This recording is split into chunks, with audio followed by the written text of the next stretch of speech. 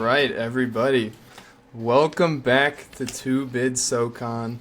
Shout out Michael Ligon, Taylor's dad, for the intro music this year. We are all super excited to be back. Big thank you to Taylor for joining the squad. Yep. Happy to be here. Excited to get started. Our glorious king, Jack Gold, has a real job. But we thank him. We thank him for blessing us with his presence today. Jack, how's the gig going? Barely qualifies for a real job, but it's all right. It's not the dream job, but it's a job. So I like what I did. Hey, get your foot in the door. There it is. Get your foot in the door. There it is. So, but that's the thing. I've been trying to get the foot in the door for. Yeah. I won't rage. Actually. For those that don't know. For those that don't know Taylor is a good buddy of mine. We went to college together. Quick intro to him. He's not in media, but he's got that like Rain Man thing with stats and random I remember sports crazy facts, stats. So that is why he's on the squad. He is super That'll be knowledgeable helpful. about ball, and we are glad to have him. So Glad to be here. we've got a super fun episode today, previewing the league as a whole. We're going to get into all of our power rankings and some of our X factors. We'll give out our all-league teams and awards as well. We're super pumped to be back. We had a lot of fun last year interacting with all you guys on Twitter, so keep doing it. Subscribe. Keep watching every week, and we'll keep bringing you guys content. So we will start with our power rankings. We're going to go from 10 to 1. I don't expect too many discrepancies here, but we'll start with the new guy, Taylor. 10. Who do you got? Number 10 is not VMI, but it is the Citadel. I just looked through the roster. They got 4 returning guys. They didn't impress me that much. If I had to pick an X factor, it'd be Christian Moore. He was the glue guy last year. They had a good start. They had some big wins. Then he kind of got hurt. Started 0-6 in conference play, and they got a good transfer in Cameron Glover, and from Montevello. But I just don't see them getting a lot of wins, especially in conference play. It's very competitive, but who knows? Maybe they could pick up 2 or 3 here and there, but that's my number 10. I just don't see much upside. Maybe for the future, but this roster right now has not impressed me very much. So that's my number 10. Jack, do you disagree? I got VMI. I hate to say it, and I've talked to people about VMI this offseason, and they're on an upward trend this year. They're definitely not going to be. I guess last year they were no doubt going to be the worst team in the league. Getting Ricky Bradley back is a big deal, or a bigger deal than I think people were making it. Like obviously he was a product of being one of the only guys there when he was a freshman and like kind of being forced in the minutes, but he wasn't a bad player. And he went, transferred, got on at Georgia State, which isn't just a joke of a school either. Didn't play at all, but now he's back. I think he'll be a decent player this year, and be a lot more efficient, consistent than he was when he was a freshman. So I think they'll be definitely on the upward trend, and they can get transfers now, which is cool.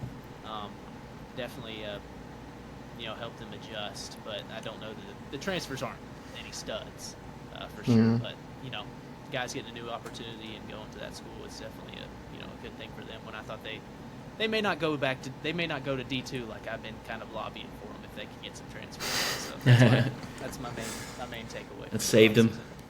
I think he's a good coach too. I agree. I'm with Taylor on this one. 10th, I have the Citadel.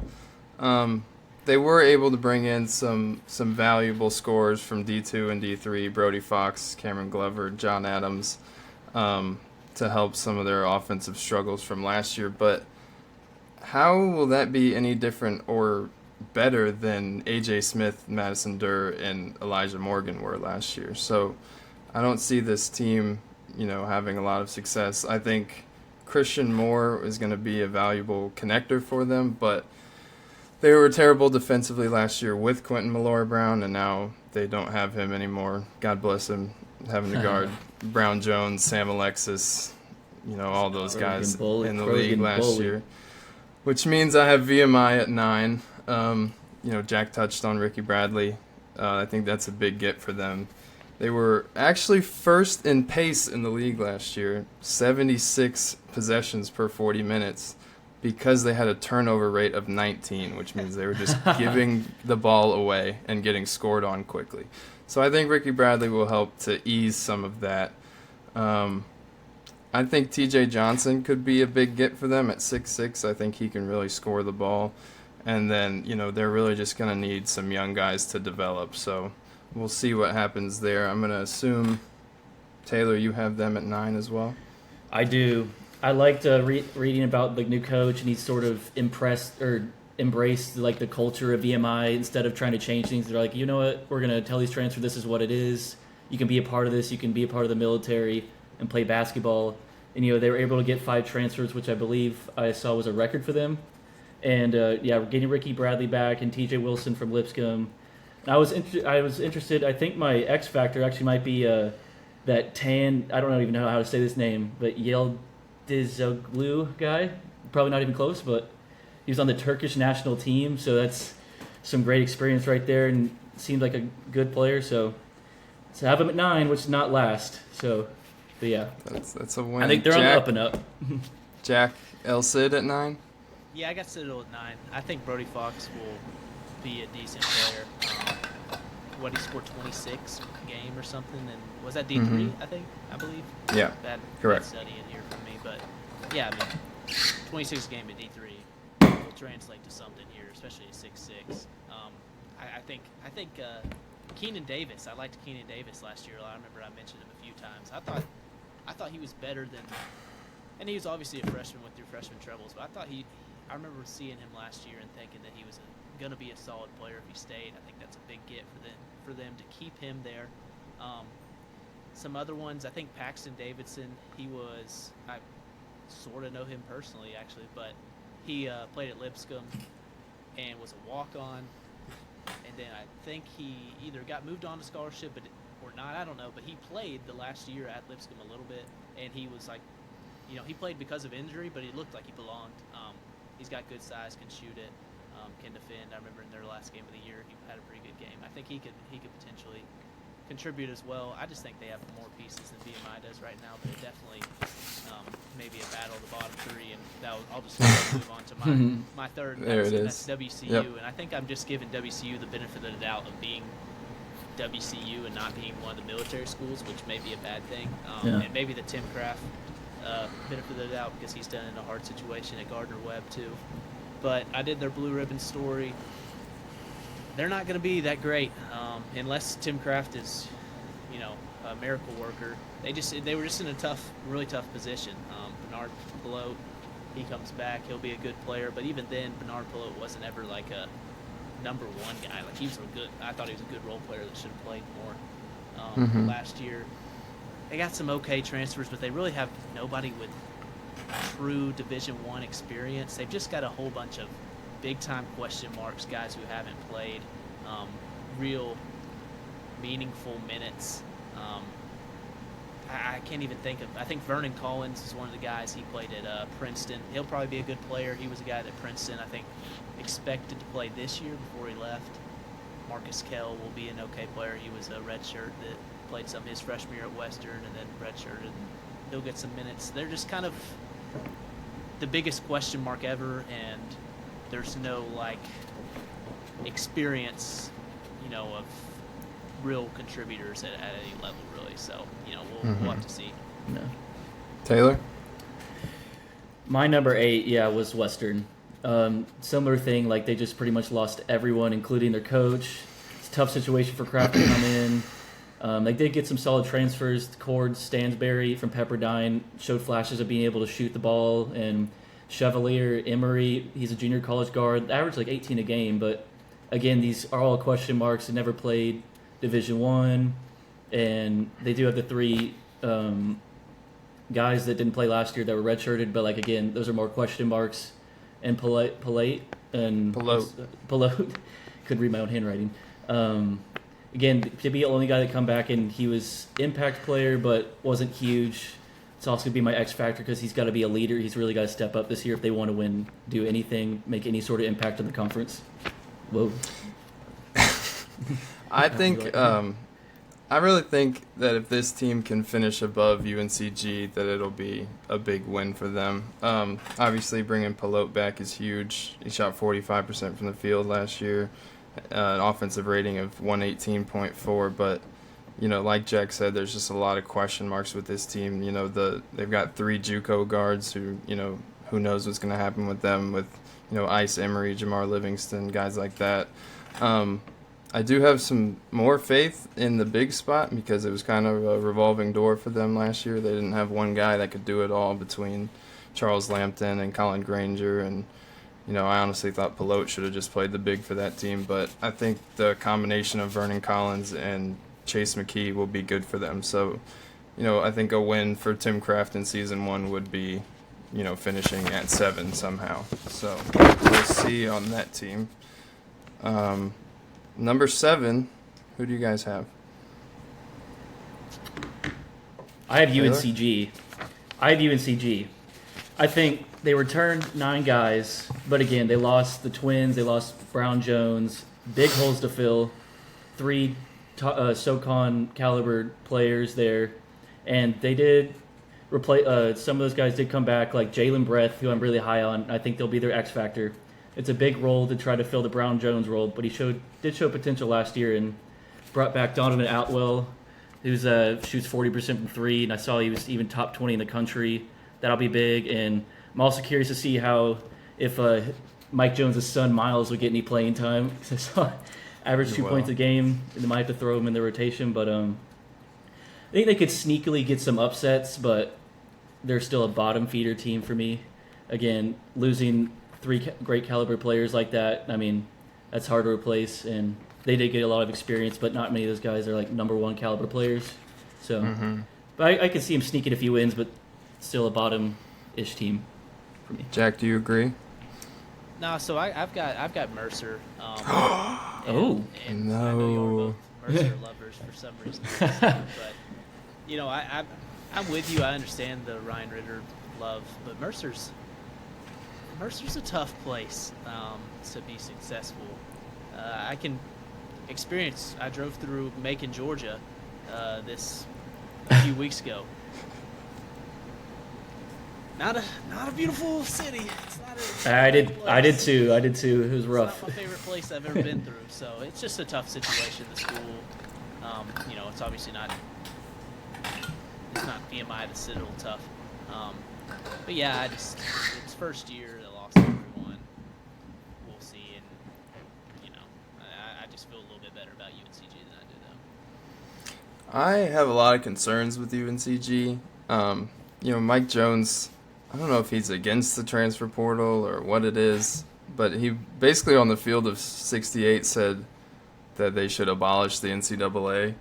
And I think that just shows that he's against all of it, and he's like, the progression of a program is that the role players become stars, and that's how it goes. And they were so slow last year, basically just running a cross screen for Brown Jones and letting him work out of the low to mid post, and like just relying on him to make a play. And Jones kind of seemed like all of that duty would fall on Jalen Breath, which I don't like. He's a great defender. He's big, but I don't know how skilled he is to, not only make plays for himself with footwork and some hook shots, but to make plays for others.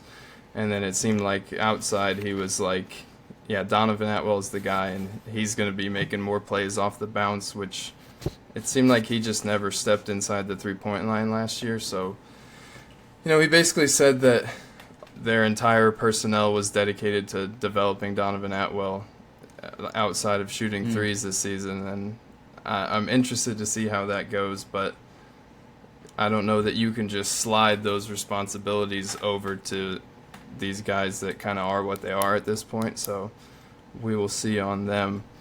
6, I do have Mercer. I love Ryan Ritter. I love his energy. Maybe it's because I'm used to Greg Gary.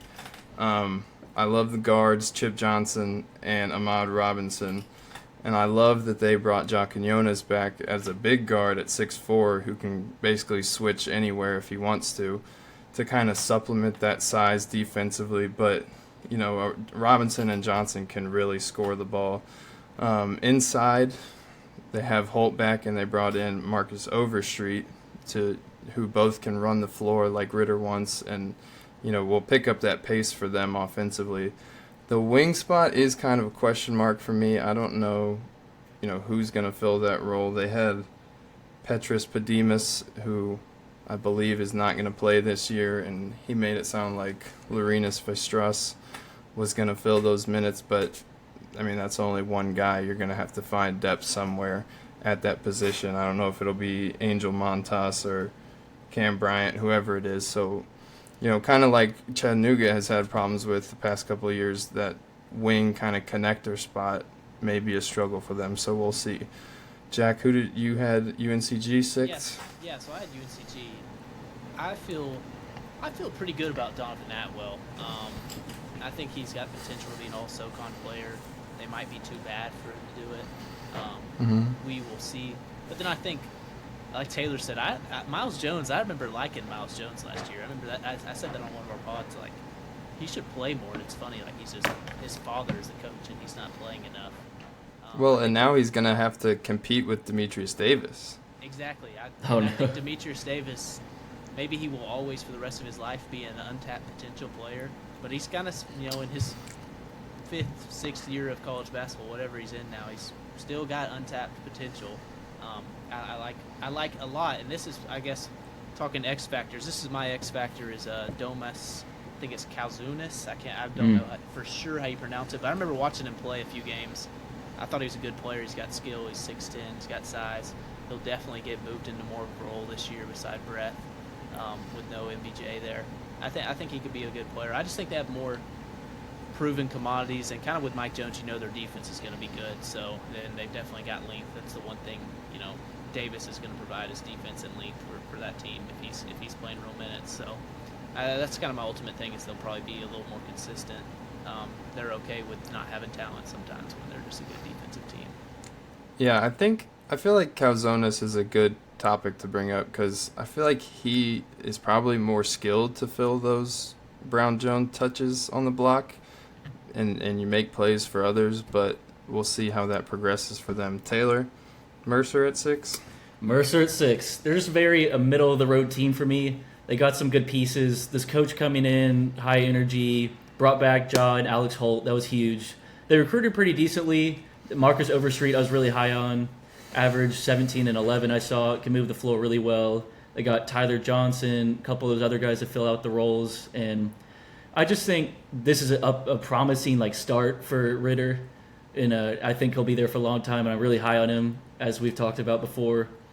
And I just think they'll kind of be a middle-of-the-road team. They'll lose on any given day. They could upset a top team and then lose to one of the VMIs or Citadels. They've got pieces, but I just don't think they have that guy, And so I just think this is a decent team considering the disappointment last year and the last few years. So, they haven't really been relevant since beating Duke. And so maybe this is a trend in the upper direction. Being 6th isn't all that bad for Ryan Ritter. We'll see how it goes for them. But I'm really high on Marcus Overstreet, especially. So I'm going to take this one over here. In the 5th spot, I have Furman. And as the X Factor, I have Garrett Heen. So, somebody's upset. Why are you upset, Jack? No, I don't know. Gary, good dude, probably. Just, has left a lot to be desired in his 10 years of college basketball. I did my homework on Garrett Heen. So, this must have changed recently. I was recently opened up to the idea that all of Garrett Heen's success is related to his confidence. And when he plays with confidence, he's a great kind of connector and just scrappy guy that you want on your team that can do everything. And when he doesn't play with confidence, he doesn't contribute much. Last season, his usage rate went up from 17.8 to 18.5. Not that big of a difference. But his field goal attempts and his three-point attempt rate both went down, while his assist numbers and turnover numbers went up. So what does that tell you? He had the ball in his hands more, but shot less and passed more.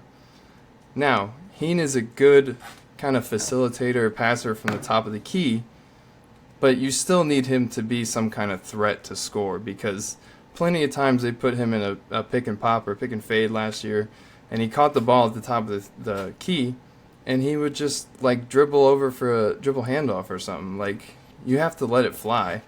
So I think he has to be some kind of threat to score for them. They lost almost 49 of their 80 points a game to the transfer portal.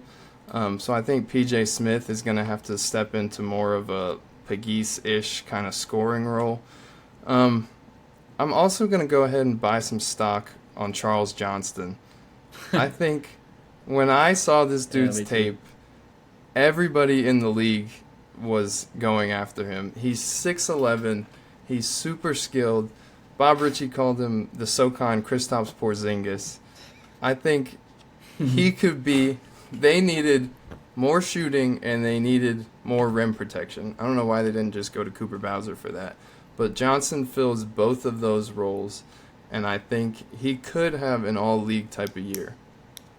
Yeah. Taylor, who do you have in fifth? Okay. Sorry, Real Jack, quick. go ahead. Jack, go ahead. Okay, I kind of... That's my thing with Furman, and because I have him at 5'2". They're so much like a WCU, but like way better, in that there's so many question marks. But with Furman, I feel like they have so many role players, and then Division II stars. Now, granted, one of these Division II stars could immediately translate and become a star in the SoCon. That wouldn't surprise me at all. I just feel like PJ Smith, I think but I've seen a lot that he's going to step into this big-time role. I think PJ Smith was in the perfect role for his game last year. Not to put something over his head like he can't be better than that, but I think that was the perfect role for his game. I think he's a good defender, good catch-and-shooter, good off-ball player. I don't know if I love him at running the show. I think Edrin Bronson maybe could be a good player. That's who they really hyped him up last year with him being on a red shirt. I just don't know. And PJ Smith may be that guy. I don't know who the guy is going to be. And that's kind of my ultimate reason I'm kind of reserved on him for now, because they're going to be good because they got so many guys that have been good at least a D2 level. But you don't know who's going to mesh and who's going to step up and be a leader there. Like you said, Heen, good connector. PJ Smith, good connector. Cooper Bowser, probably be a really good defender. I don't know that Cooper Bowser has the offensive game to be a star guy, but he could be a star on the defensive end. That's just kind of where I am at on them, because they're just so unknown. And I'm not going to doubt Bob Ritchie or his staff either, but we'll see on them. Taylor, you had a thought? I was just going to say, we have to clip Jack's reaction to Matt saying Garrett Hine was the X factor, because that was priceless.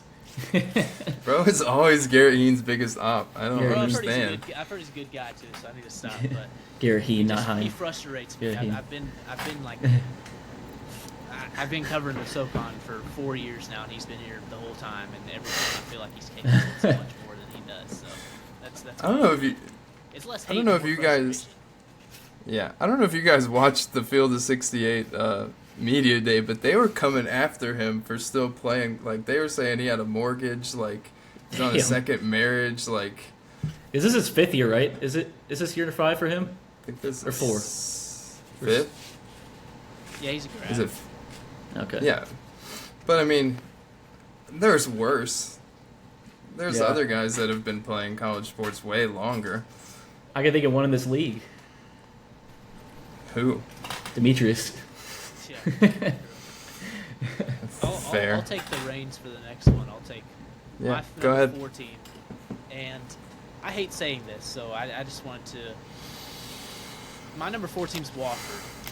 And I feel so bad about it because, I wrote Wofford's story for Blue Ribbon and, talked to Dwight Perry, and I think the whole top 4 could win the league easily. And maybe even Furman if, somebody, like I just had a whole spiel about there, somebody really steps up. But I love Wofford this year. I think they're going to be really good. I think Corey Tripp takes a jump.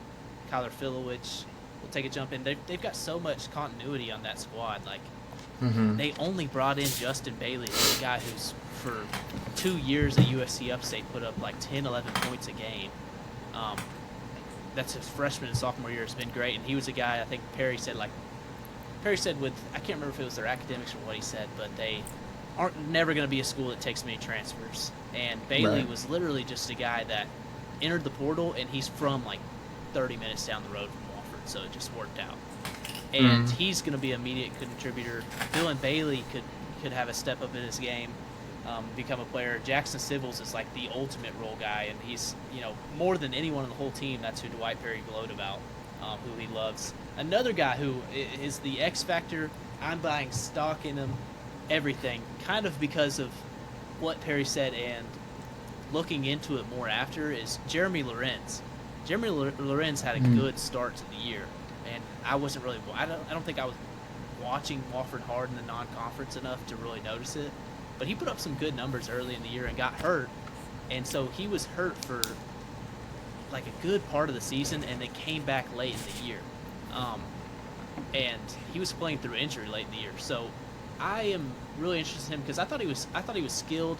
He could shoot. He's got great size. But I remember I came into talking with Perry, kind of thinking like, all right, this is Filowich, and then Bilal El-Shakri, and El-Shakri I think is a good player too, but I don't think his ceiling's anywhere near what Lorenz is. He could really, I think he called. I can't remember the exact quote. I'd have to go back to my story, but I think he called him like a, potential premier player in the league. Like they're really high on him, and the more I thought about it, I don't think I realized that he was hurt last year at all, because I remember I was like, oh, he's skilled, he's got good size, he could be a good player. So I think he takes a big step up this year, and just having everybody back and basically bringing in a guy that's contributed big time at USC Upstate 2 years, I think they're going to be really good, and it wouldn't surprise me at all if we're in March and they're in the lead in the SoCon and 100% in Nashville.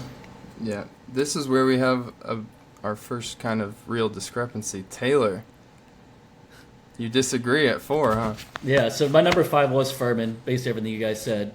PJ Smith, I think, will take a step up, filling that JPP Geese role. Not quite as good, but we'll fill it. I'm also really high in Charles Johnston, 37% three-point shooter at 6'11", averaging double-doubles, and they hit the portal nicely and got all those D2 guys.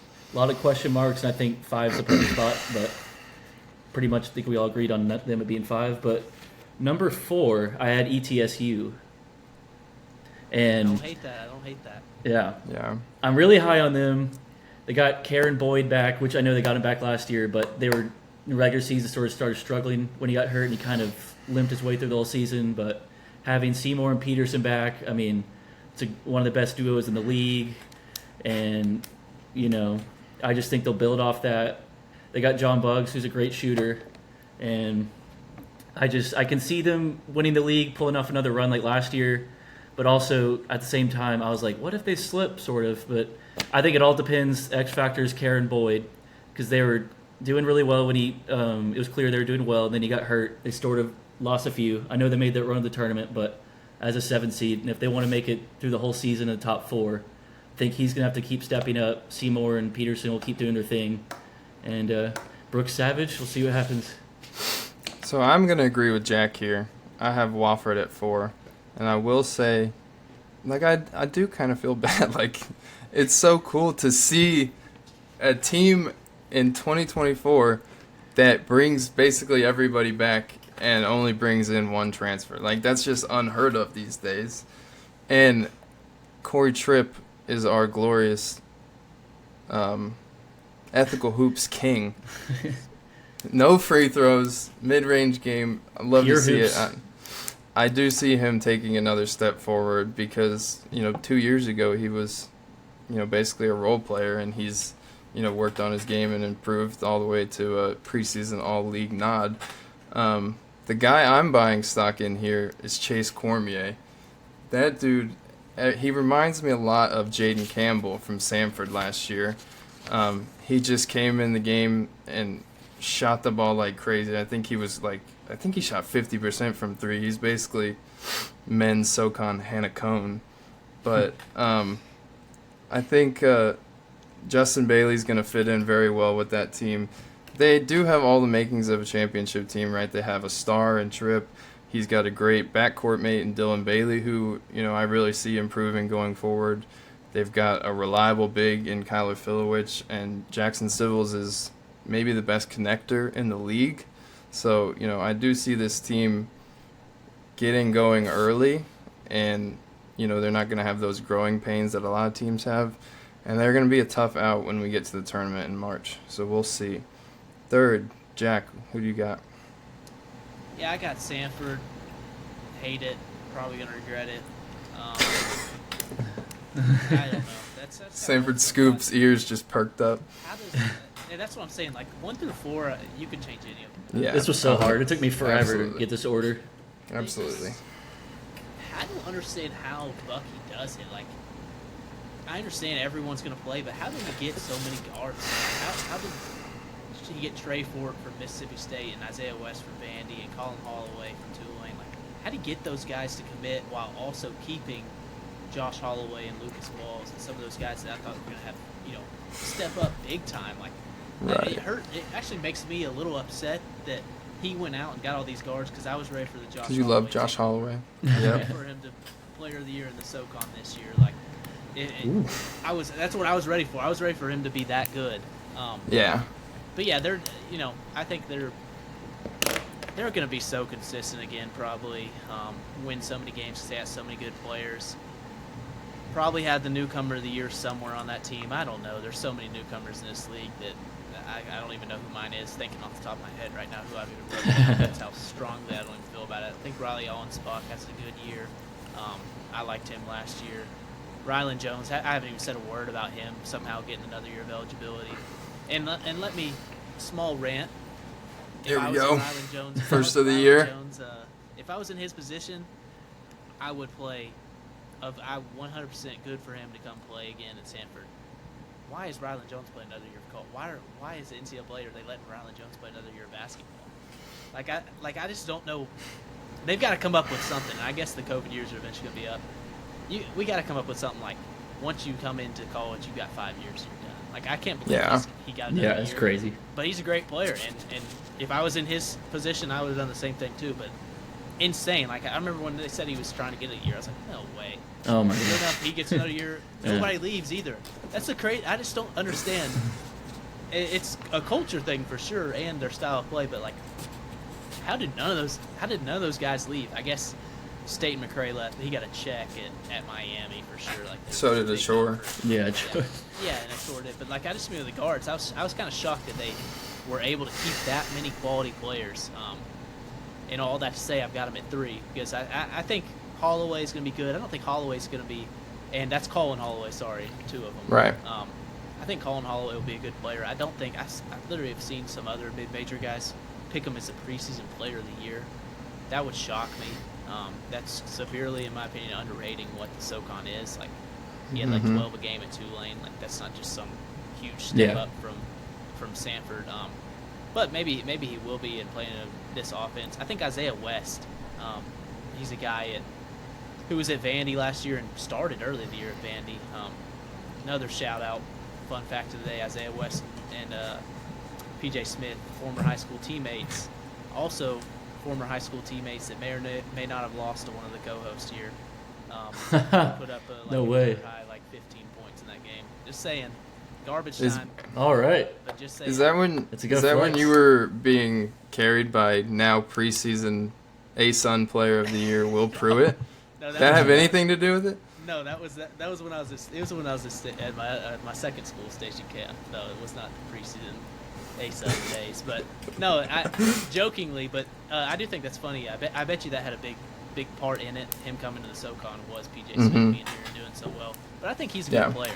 I never thought he was an SEC level player, but he's SEC level athlete, and he can shoot it, and that's like the most perfect thing ever for Sanford. So I think he could really be a surprise that nobody's really talking about, because this is almost the perfect level for his game and the perfect system for his game. Taylor, who do you have at 3? My 3 is also Sanford for similar points. You got all the guards. It's crazy to get Rylan Jones to stay, and They got Trey Fort and Isaiah West. Rare to get 2 SEC guards in the same year. West is a bucket. He's got potential.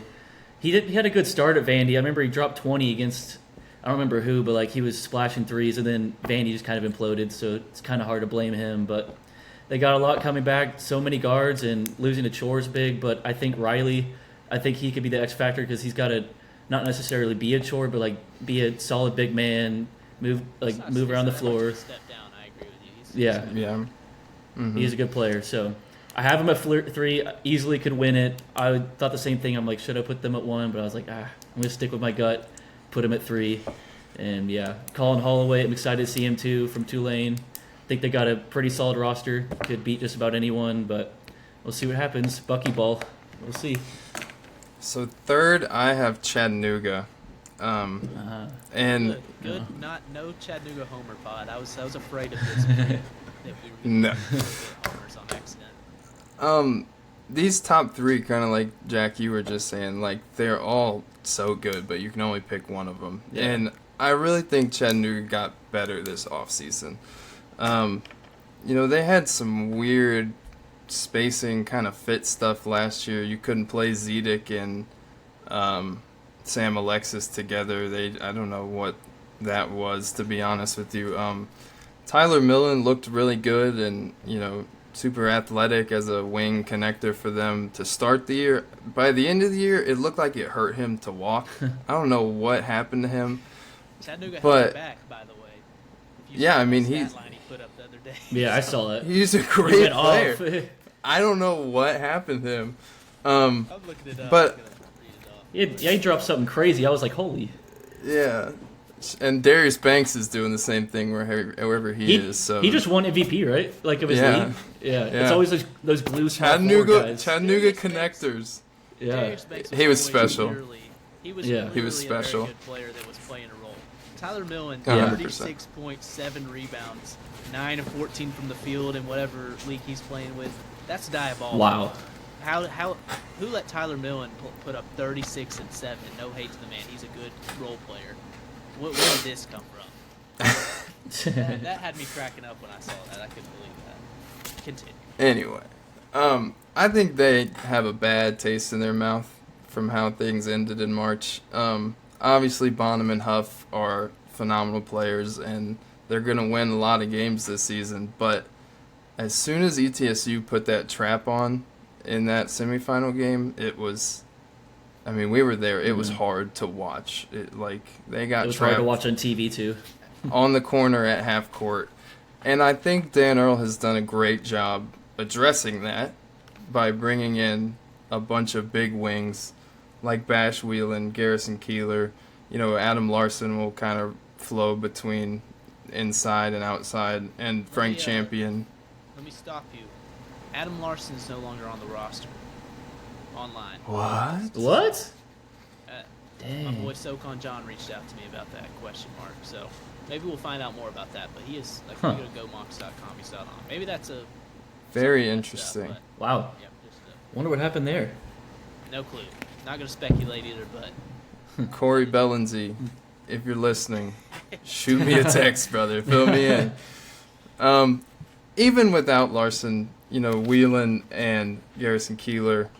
Or Kessler, excuse me, and Frank Champion, are super versatile. You also have Noah Melson coming back, and I think they've, addressed some of those problems by making up for having 2 small guards like that. So I really like what they've done. I think Frank Champion is going to be their X factor with his versatility. He, kind of like Charles Johnson, was just a bucket at the D2 level. We'll see how his outside game comes along. But I think he gives them some more versatility to score inside. Number 2, Taylor, who do you have? I have Chattanooga at number 2. And it hurt me because I wanted to put them number 1 so bad, but can't be homers here, right? But obviously, Honor and Trey, best guard duo in the conference. It's not even close. When using their first names. Yeah. Interesting. He's talking to him after this. If you had to face You're good Bonham friends. and Huff. Is that better? Bonham and Huff, two of the best guards. Obviously, when Huff is on fire, he can't miss. And before Trey's foot injury, it looked like anytime he wanted to go to the basket, he just would. And if he got stopped, he just hit a step back three or something. So them two together healthy, obviously deadly. Losing Sam Alexis, huge loss. But Matt, like you said, I think getting Bash and Garrison, both kind of on the wings. They're not big like Sam, but I think them filling it in with Frank Champion, I think they've got good enough talent and size to get rebounds. And my X factor, I could decide between Frank Champion and Noah Melson. I think it's kind of both of them. If Champion could come in and dominate, not like he did at D2, but enough to be like a good third option, and then if Melson can come in and develop, because he showed flashes last year with shooting 44% from three and showing athleticism, solid defender, I think if he takes a step up, they could definitely win the conference if all goes well. Jack, 2? 2, I got ETSU, so maybe I am the biggest homer here. I think ETSU, such a confusing team because they have so much momentum. They've got Kamari Peterson. I think he'll take a step up, hopefully. And I think, I hope that Jaden Seymour will be used better this year. Roosevelt Wheeler was a get. Davion Bradford was a get. But it almost is like they returned everyone that was last year, like, oh, that could be a good player.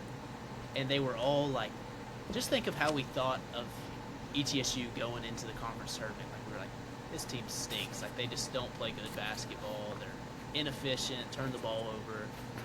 They've just got problems. They're, don't play as a team. And then they make that run. And in reality, if Chattanooga doesn't give away the game, not to take credit away from ETSU because they obviously tried, but it was pretty embarrassing some of the stuff Chattanooga was doing in that game too, also lose it.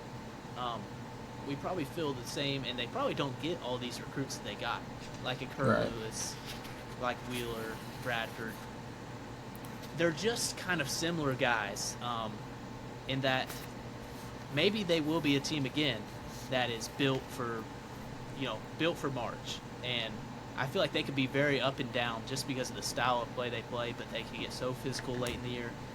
I'm just very confused by them because part of me wants to put them at 1, and another part of me wants to put them at like 5, because they could.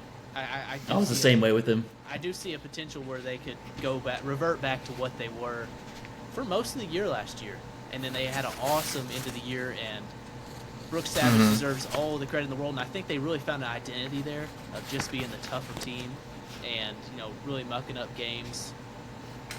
But I'm hesitant to crown them if that makes sense. I really am, and I don't want to sound like I'm down on them because I think Mark Peterson will be good and Seymour and those guys will be players, and they brought in a bunch of other guys that got a ton of potential. But they also kind of have the same problems that a Peterson, a Struthers, some of those guys had last year. And like Taylor said earlier, Boyd is like the one guy. He just is uber consistent, just great, winning basketball player that's going to bring it every night. We'll see on them. So I'm both like excited and think they could easily be the best team in the league, and also hesitant about them. We'll see. Yeah. Savage done a good job over there. So second, I have ETSU as well. Feels like when we picked the tournament last year, Jack and I agreed on everything. So glad Taylor's providing some discrepancies. I'm sure that there was a point last season where Brooks Savage could not wait for the transfer portal to open because they were 9th in effective field goal percentage at 47.9 and 3-point percentage at 29.7 in conference play. And yes, they found that identity going into the tournament and through the tournament, but they were not playing good basketball. And I think it's because it was strictly personnel, because they just didn't have guys that could space the floor, and that kind of forced Brooks to, he couldn't open up his offense as much because they couldn't space the floor. So he was just like, here's the ball on the left wing, Jaden Cook. So I think with Bugs and with Kurt Lewis, that will open up the spacing of the floor a little bit. And hopefully Peterson and Seymour both kind of have that jumper that they had in the conference tournament. And then they're still huge with Bradford and Roosevelt Wheeler. And then I like Mekhi Johnson a lot, especially as a just shooter of the basketball. And if Alan Struthers can do what he did in the conference tournament as, a super effective defender of the ball against guards, and then obviously Boyd is kind of like their Josh Hart, like he's just going to rebound and play hard every night. So I think they have what it takes this year, and I think they figured out a lot about themselves in the conference tournament, but they were hindered by their personnel, and I think they have better personnel this year, so they will take a step forward. And will they be able to hit those crazy step-back threes again they were doing against us? You don't have Asamoah anymore, but True. And shout out Jack for picking Asamoah as March Hero. That was pretty spot on. Jack, who do you have at 1? You homer. Yeah, I got Chat. I solely picked Chat because they have the least question marks in my opinion. And maybe that's a coward move, but I just think Bonham and Huff, we know who they are, great players. I think they're both. I think I was really impressed with Huff's progression last year, because I think early in the year I was probably I was very sure that Bonham was the best player between the two of them. He was just a lot more consistent. His game was more consistent, got to the rim more, obviously shot it well, defended well. Huff became a super efficient player over the year. I think he had a huge jump in just figuring out how to play, how he needed to play, and to the point where they're essentially a toss-up for either of them for Player of the Year with a few other guys. So they have them. I'm really high on, and maybe less of me and more of other people who are smart and follow it more than me. Frank Champion. He's an all-time leading scorer at his Division II school. He was a first-team All-American at Division II. And I always say, like, these Division II guys that are that good are going to translate to a point. Well, he's also 6'7", 220 and athletic. It's like, how was this guy play in Division II? No. I think he's going to be a really good player that almost, immediately could have a all-conference level season, because we've seen it in mid-majors with some of these guys, specifically the OVC. I've seen it with, I think they have back-to-back conference players a year from the NAIA, which is crazy. I look at a guy like Bash Wieland or Weiland, I don't know how you say it for sure. He had a great year in the ASUN last year. If you look, I think he averaged like 14 a game on the season. But if you go and look at his conference-specific stats, his second half of the year was great. He averaged like 18 a game in conference at Bellarmine, which is a great school there where they really know how to play. I just think they did such a good job of, they were always going to be good because they were going to have Bonham and Huff. And then losing Alexis, I thought Alexis was going to be a great player this year, but I don't want to minimize what he's done, but he's replaceable. You're going to be able to replace what he did last year. You probably can't replace what he was going to continue to develop to be. I think I think they did really good getting Champion Wheeland. I think Colin Mulholland may have a year. We'll see. He was a year away from being a year away. I feel like last year that's why they kind of redshirted him. I think one of the persons you didn't touch on, I think Sean Casano is going to be a good player. Very, very limited action, but he's tall. Yeah, I don't think people realize that, because I thought he was a wing coming into the year. He's probably more of a 4. He's not the most mobile, but he can really shoot it. Fits the system well. I just think they have a ton of pieces, and I've barely even touched on all the Division II guys they have. They have the least amount of question marks for me. They're almost built exactly like Furman is to me, except they've got Huff and Bonham. Bonham and Huff. So they're going to be good, but then they have a step up where they have 2 proven first-team All-SoCon level guys. Taylor, gonna roll out the red carpet for you. Give me the Wofford. Jack and I felt bad for him. Give me the Wofford Terriers at number 1. I don't know what it is. I love this team from top to bottom. To be able to have the advantage to, when the season ends, and not have to wait around who's coming back, who's not, to immediately basically be in the spring and be like, all right, these are our guys. We're starting now, like in April, whenever they start. I mean, Corey Tripp, Dylan Bailey, a great guard duo. And their backups, Chase Cormier and Anthony Arrington, great backups.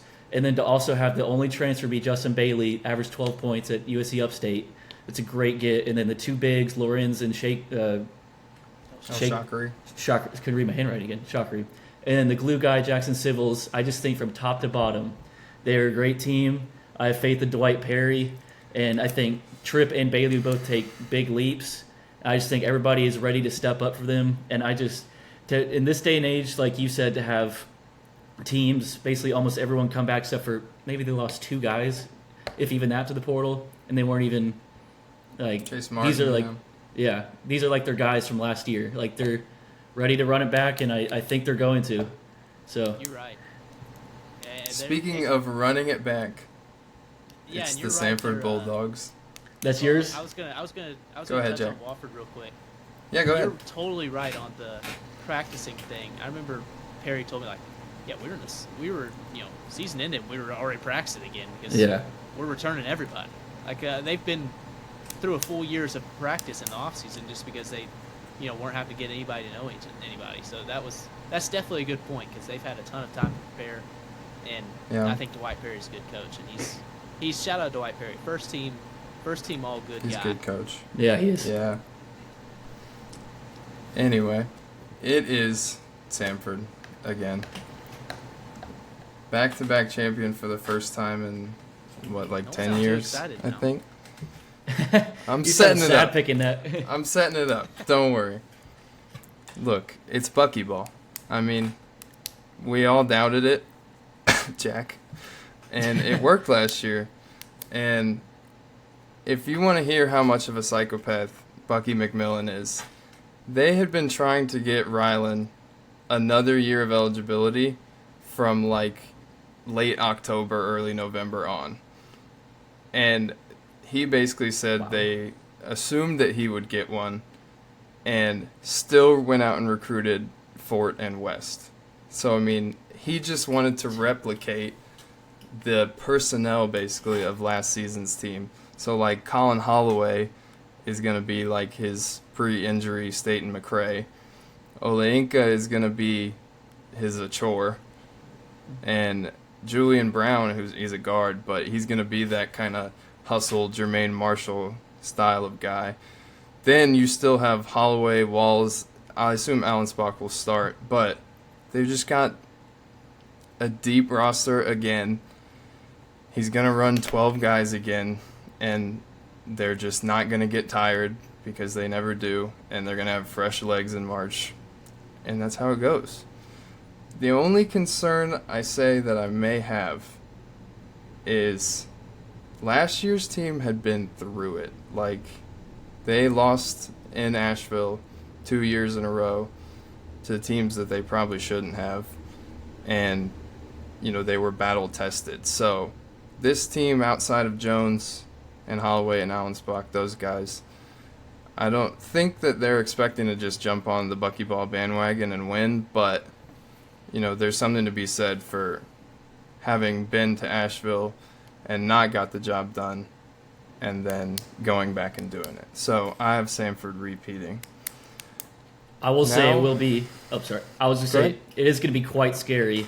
All those guards, them running and just 2 of them guarding you, and then take them out. They got 2 fresh legs. Like it's gonna be hard to beat.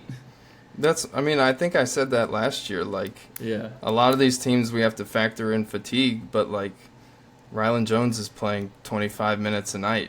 Like, he's not playing up to 33, whatever it is for other guys. So, they always have fresh legs when it comes to March. So, it's That will go a long Buckyball. way. It's just how it is. All right, now we're gonna. Oh, 100%. We are gonna get into our all-league picks and awards now. We may run a little long here, but it's episode 1. We're supposed to. Yeah. Taylor, I will First turn one. it over to you. Who is on your All-SoCon first team? So I feel like this is mostly predictable, but Honor Huff, Trey Bonham, Kamari Peterson, Corey Tripp, and Rylan Jones. That's Okay. my first 5. Jack, where do you stand? I'm at Bonham, Huff, Tripp, Peterson, Jones. Is that the exact same thing as he That is the exact same one as mine. Yeah, I think Bonham, Huff, and Tripp are the Player of the Year candidates in the league. I think Those are pretty easy to I pick. think it could be Peterson, Seymour as another first team guy. It's a toss up there, and then I just put Jones because he's the established guy. Yeah, I almost put Seymour, but So I flipped Seymour and Peterson. I have Bonham, Huff, Jones, Tripp, Seymour, because I think Seymour is in for a big year. He's kind of, sort of, like got a monopoly on that team. Like he's the only wing or the only kind of big that can play outside. Like I don't know other guys on that team that have that versatility. I think his offensive game will take a step forward, and he said that he was locked in on the defensive side of the floor, so I think he'll take a big step up. But the other four, are unanimous to me. Taylor, how about your second team? So I have Jaden Seymour, I have Dylan Bailey, I have PJ Smith Jr., I have Kyle Filowich, and I have Donovan Atwell. Might be a hot take on Atwell, but I think Might be he'll a hot take step on up. Filowich. He put up good numbers last year, double threat, and they kept saying he's gotten stronger. I think he's in. He for a can't big year. get any stronger. He's a Canadian monster. I think he could be in for a big year. Jack, I'm high on who's that your Wofford second team. Hold I'll up. back Prove you me up. wrong, My Jack. second team, I've There got you go. Colin Filowich as well. Let's Because go. I think Wofford's going to be really good, and I think they're going to at least get two players out there. And I think Filowich is the best shot to be the second player. We'll see. But I got Filowich, I got Jaden Seymour. I put Colin Holloway. I don't know. Again, I think this could be Isaiah West. It could be Riley Allensbach. We'll see. Then I went Donovan Atwell, and I went Frank Champion. And I have Frank Champion / Allensbach. We'll see. It could be either of them. Maybe that's just me wanting to give a hot take. I think I'm gonna put Frank Champion as a second team All League player because I feel that confident without even seeing him play in the Division I game. He's gonna be that solid. Allensbach's probably the safer pick because I think he also is going to be on a really good team and play minutes and put up numbers. Yeah. I have Peterson, PJ Smith. I have another Wofford guy on there, Dylan Bailey. I think he will benefit tremendously from a great season that Corey Tripp is going to have. Then I have Colin Holloway. I think he's going to be an effective scorer for Samford. I have Charles Johnston / Frank Champion, but I think I'm going to lean Charles Johnston just because Jack said Champion. They're sort of similar in some ways. Johnston may be able to stretch it outside a little bit more and got more size, so that's why I'm going to roll with him. Now our awards. Jack, who is your player of the year? I went Honor Huff, and kind of like I said a minute ago, I just thought he got so efficient and consistent in his performances in the year last year. I think it's probably a three-man race between Huff, Bonham, and Corey Tripp. Yep. You could throw in the ETSU guys. I wouldn't be mad at you. I don't think Sanford's got anyone that's going to be player of the year just because of how they play. Unless they just truly have somebody who shows up and is a true star. But yeah, I think Huff, and this is partially, Bonham had the foot injury. I think he had to have surgery on. I know he had to have shoulder surgery this offseason too, and I don't think any of this is something that's really gonna throw him off for the season. But definitely didn't get a full off season to, whatever. That's not slighting him because I still think he's gonna score probably 18 points a game and could be the player of the year. But I just went with Huff, and I probably would have went with Bonham last week. So who knows? I've just flipped back and forth between those two. But I think it'll be one of them or Tripp if Tripp has a super efficient clutch year like he had. Taylor, I'm going to get to you in a second. I did just get confirmation that Adam Larson has hung him up, so he will not be suiting up for the mocks this year. Dang. Shout out SoCon John with the scoop there, a.k.a. Shout out. He's doing his preview. CJ. Yeah. End of an era, Adam. Don't know what happened there, but hope everything's okay with him. Family, hang his jersey. Whatever's going on. With that being said, Taylor, player of the year. struggled between Trey Bonham and Honor, and I chose Trey Bonham. Ultimately, I just think I said this earlier, but before his foot injury last year, he was borderline unguardable. He could shoot it. He could drive to the basket. I think it was UNCG game when they were on the road where he dropped like 30. It was hitting like deep threes, dunked, fast break dunked, had some and ones, like was doing it all. And that game was I think just perfectly sums up his game. And he can defend, he can get steals. He's pretty efficient, but also I'm not mad at the Honor pick.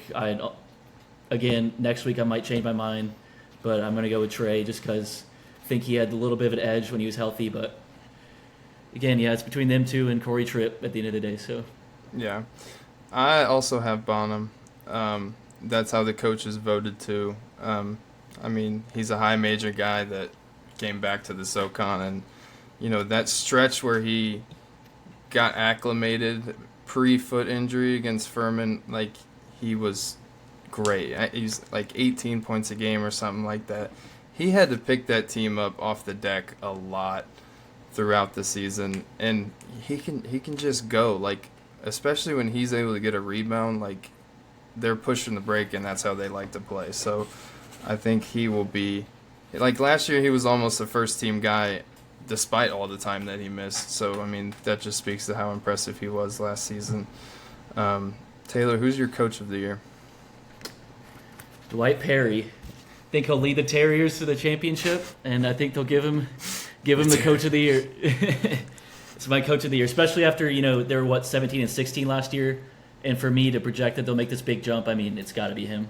The job he'll do with that team. So, Jack, I forgot to write a coach of the year down now that I'm sitting here looking at it, but I'll probably go throw a Perry dart. too. Yeah, I'll throw one at Perry too. I think he was put in a really tough situation a few years ago. He's clearly built, basically won over getting the head coach job in the off season. Good dude. Feel like most people like him. I think the coaches are going to respect what he's done there, returning everybody, and like you said, 17 and 16 last year, started off in an even tougher position the year before. I think they have a great year. I'll go with him as well. I'm glad you touched on that because the personnel and the retention of players should be taken into account when you talk about coach of the year. So I think that's an important piece. I'm going to go with Brooks Savage. Like I said, just their personnel last season, they couldn't play effective offense because they couldn't shoot the ball. I think they've addressed that need, and it's going to kind of open up what he wants to do offensively. Also, he's you'll probably remember this clip of Dan Hurley, after they beat somebody, it was a big win, and he chest bumped his player and then turned shook the hand. Back to shake the hand. Yeah. Brooks Savage has that energy.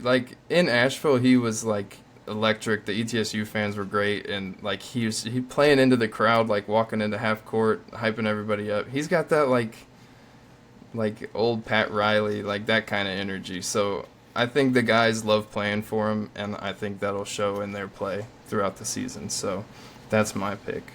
Jack, who's your newcomer of the year? This is another one I hate to even choose. There's just everyone, I feel like I'm sliding people. I'm gonna go Colin Holloway, but there's just so many different newcomers that reasonably are probably gonna score 10, 15 points a game. I think Holloway will have the most clear role, him or Champion, to really be an all-conference level player. But yeah, that's how I feel, and I won't even elaborate too much because I feel like there's so many guys that really will have a good case for it. Taylor, I'm going to cut you off here. I'm going with Colin Holloway, too. I think just talent plus opportunity will be the deciding factor there.